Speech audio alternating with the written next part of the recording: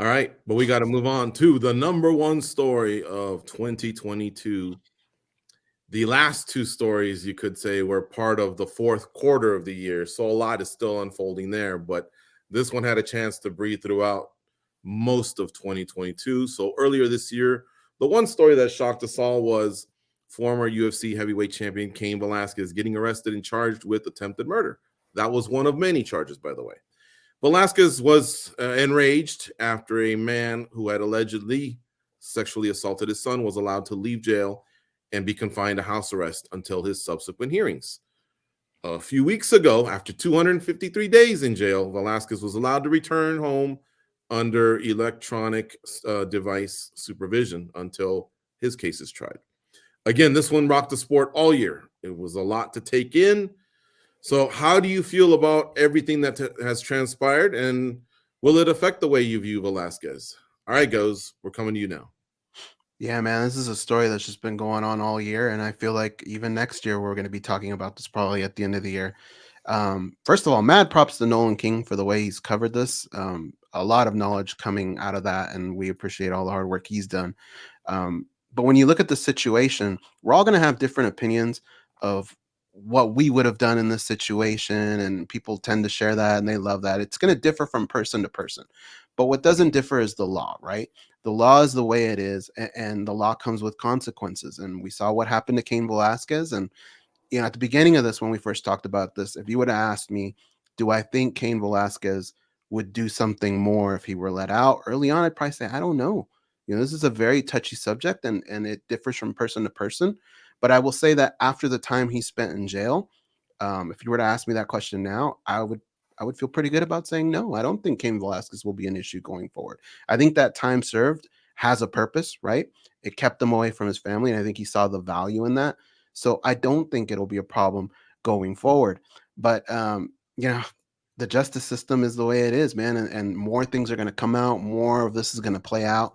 The one thing that I hope for sure is that Cain Velasquez, like as big as the sport has gotten, it still goes back to its roots. It's very tight knit, and the support that came out for him from different fighters was pretty damn huge.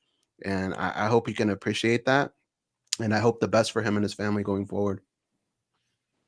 Good stuff, Goes. Mike, this was a tough one. You've probably covered Cain Velasquez's career right about when you started, through his heyday, through now. So let's hear your thoughts.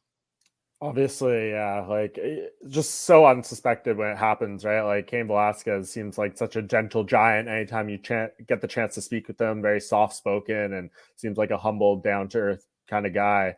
And so it was pretty shocking when this came out. And want to go off what Go says there. Major credit to Nolan for the way he's covered this story. I know, being on these calls and sitting through these court hearings, it's not pleasant, fun stuff, right? Like this isn't, I'm sure, what he had in mind when he was getting into MMA journalism and wanting to watch fights and talk about fighters and stuff like this. But it's part of the world we live in. Crazy things happen, and yeah, without like trying to sit here and draw like a hard line on how I feel about whether Cain's actions were justified in the court of law or from a human level, that's all stuff that has kind of been hashed out, and everyone will have their individual feelings on. But yeah, I mean, it seems like the guy just made a absolutely crucial mistake, and from the way it's looking, he'll probably have to pay for it for some degree. He obviously already has. And yeah, like a huge storyline for us, former UFC heavyweight champion being involved in a case like this.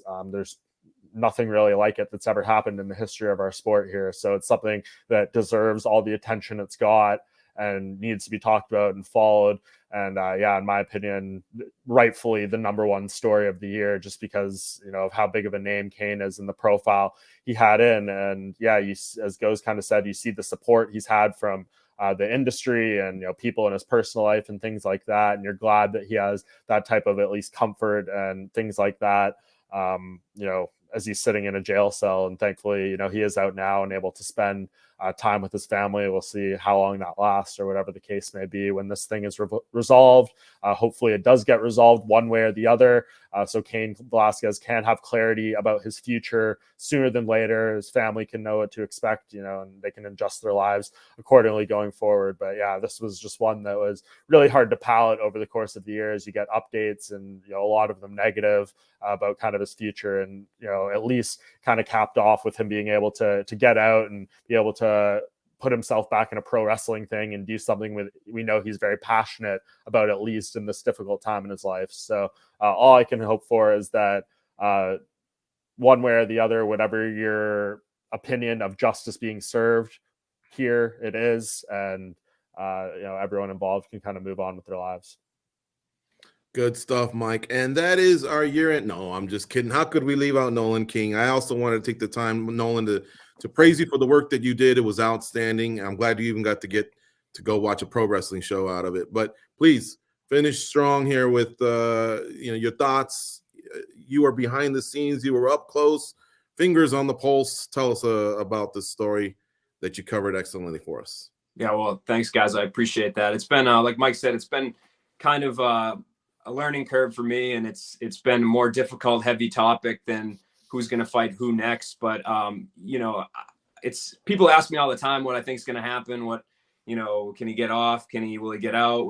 How long will he serve? Whatever. And I'm not a legal expert, so I won't necessarily speak on that. I don't think it would be fair one way or another, or really to my reporting to do that. But I will say there are certain aspects of this that I feel comfortable stating kind of as a fact. And one of that is this has just been an extremely, I think, powerful experience for everybody that's involved one way or another, regardless of what happened or how it happened. Like, just the impact that this is going to have on people's that are involved's lives forever cannot be underestimated. And I just think that this story has been surprising, to say the least. I think it was something that, when that mugshot of Cain came out back in February, and he looked like he had a little bit of a smirk on his face, and we had heard that he was, a suspect in a shooting or whatever the exact phrase was that they used. I don't think we even really could comprehend, take that initial shock of him being involved, but then for what allegedly happened, why it allegedly happened, him being incarcerated for so long, him getting denied bail over and over and over again, like Groundhog's Day, to the point that I think we all sat there and like, oh, here we go again.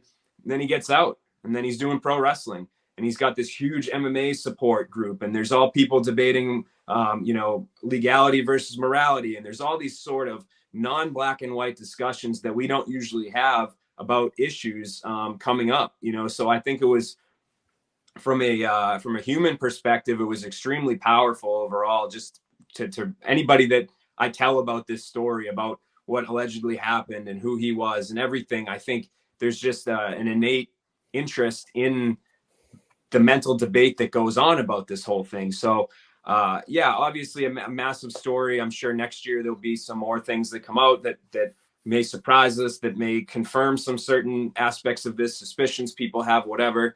We're still at kind of the pre-trial phase for both sides, both ongoing felony cases, both Cain and the man who allegedly molested his son, Harry Gillart. So I guess, January is going to be where we'll get kind of more of a gauge about trial and stuff. But overall, I think that this story, again, there's these rare times that things kind of extend beyond our MMA bubble. And this was certainly one of them. I'm sure there'll be all sorts of documentaries and maybe a movie or whatever that comes out about this when all is said and done. But for now, I guess we just kind of have to, take it step by step and just continue to see how things play out. Because I think speculation is, I wouldn't have guessed any of this would have happened to begin with.